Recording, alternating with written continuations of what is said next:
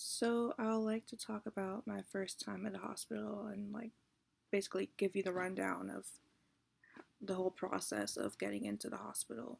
Well, yeah, the process. So basically the incident happens. Like you killed yourself, you try to kill yourself, you had an anxiety attack, like something happens to you. Then first they check you into a regular hospital and you tell them why you're there and what happened, and they just determine what like what to do. Like, do they want to take do they want you to get admitted, or do they want you to go home? They just do that. And for me, when I was 16 and living in Jersey, it took like all night to find me a bed if I do get admitted. It took all night because they need to see who took the insurance, and usually by God knows God knows what time it was. You just you you just sent to you just sent to the hospital, or if they have another unit in that hospital you're at, you just go to the unit. You get then they do an intake, and then they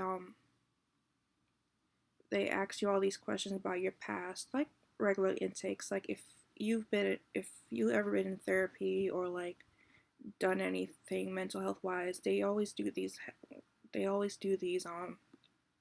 intakes where they ask you everything about your past and why you're there and stuff. So they asked you that, and then you have to strip down to everything but your bottom underwear, so they could search you to make sure you have nothing on you.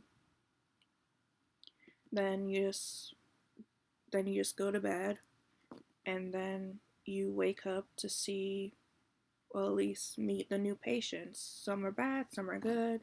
My experiences, most of them were good. The staff, it depends. Like the staff is usually the problem with the hospital, I feel cause some of them are really mean. Like this one time I was at Trinitas and there was this guy named Mr. C. I'm just calling him Mr. C, but people might know who he is. And he let us play. We'll play games or whatever, but it was very in a strict way. Like if we did something that if we did one little thing that he didn't like, he would yell at us and punish us. Not anything bad, just send us to our room or whatever.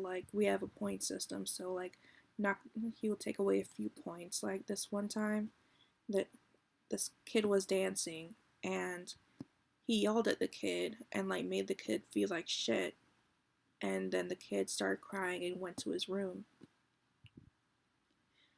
But yeah, that's the story. I usually meet good people there.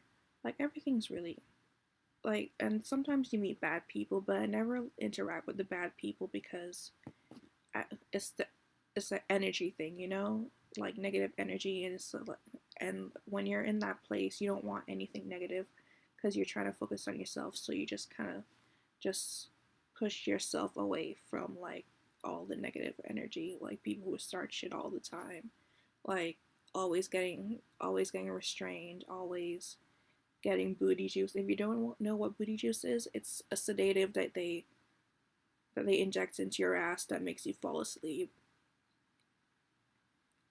And then the psychiatrist always finds little reasons to keep you there because the insurance is paying them.